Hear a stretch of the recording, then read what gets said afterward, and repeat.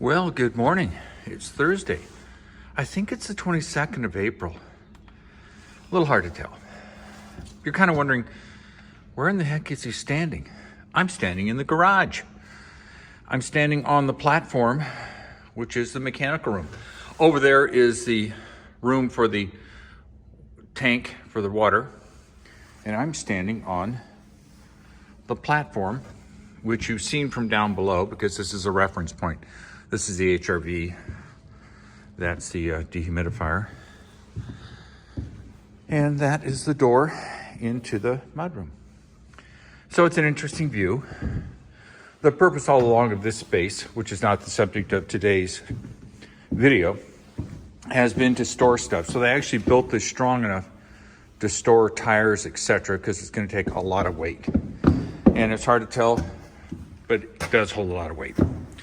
I watched him build it. Now, this is the door into the attic. And why are we going in the attic?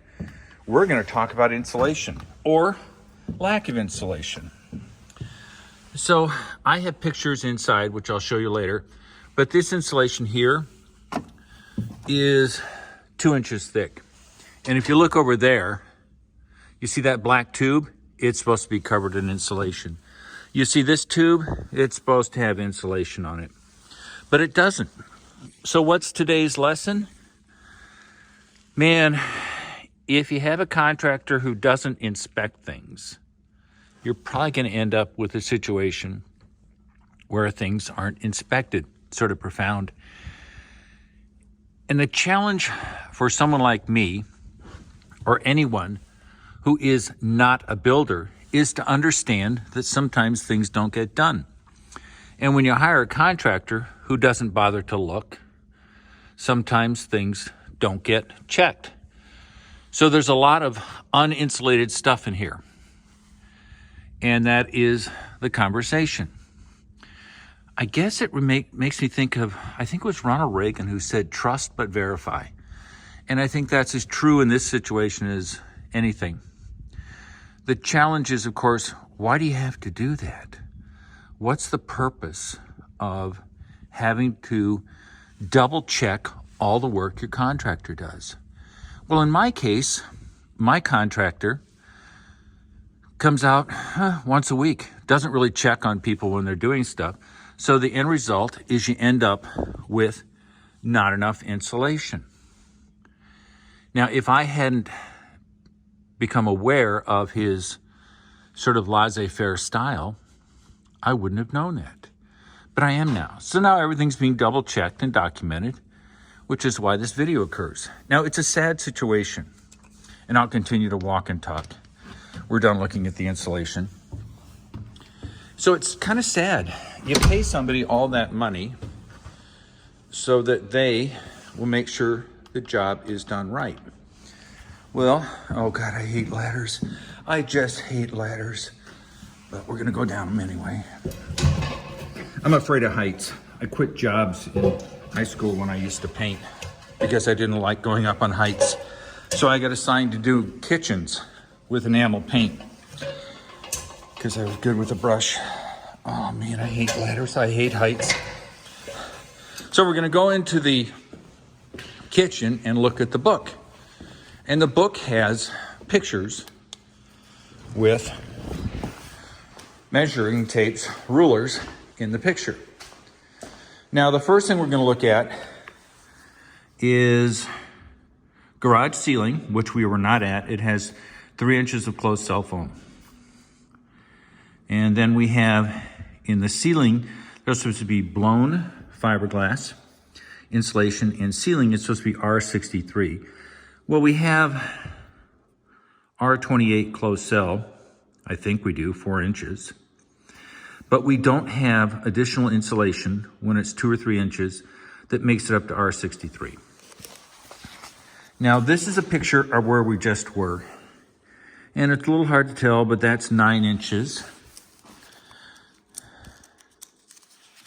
And then we have 2 inches.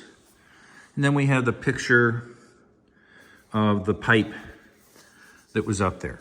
Now, this is all in the book, which my contractor has declined to take even though it was offered to him. But that's been discussed before. It'll be discussed again. So my point is, make sure you always double check the work that's being done. And if you don't know what you're looking for, find someone who knows what they're looking at. In fact, I have given it some thought. I'm going to actually hire a building inspector. Yeah, I know it sounds a little weird. I know that is weird. Don't get me wrong.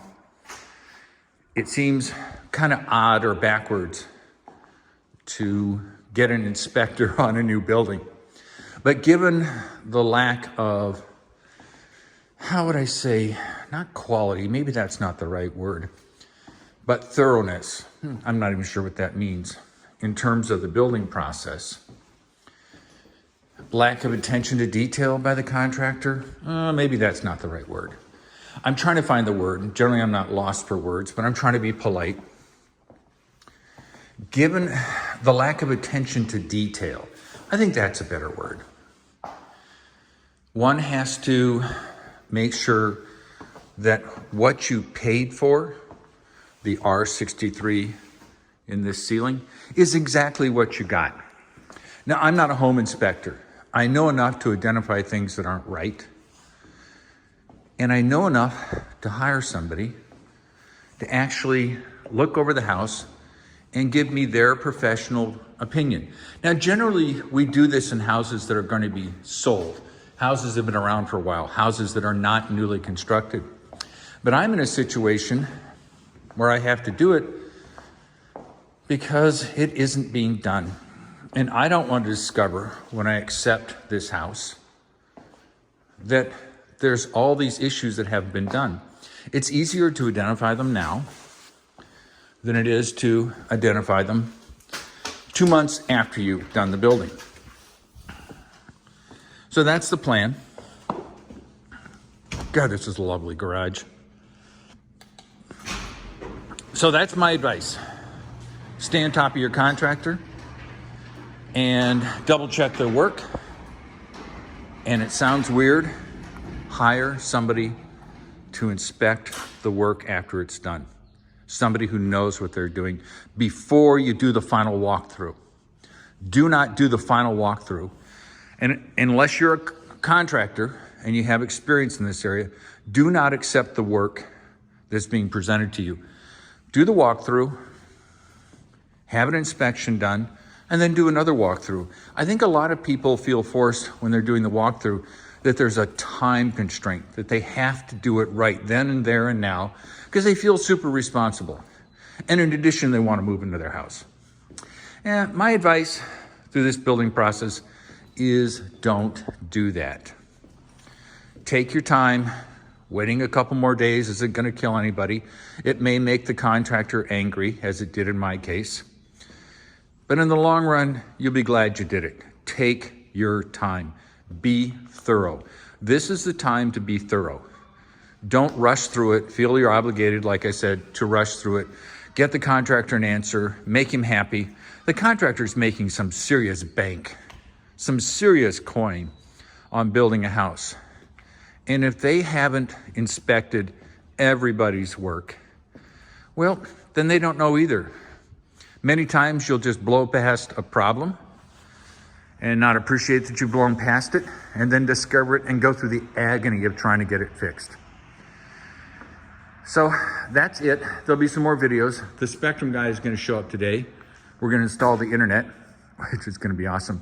The cars are parked out here simply because I need to make the place look occupied.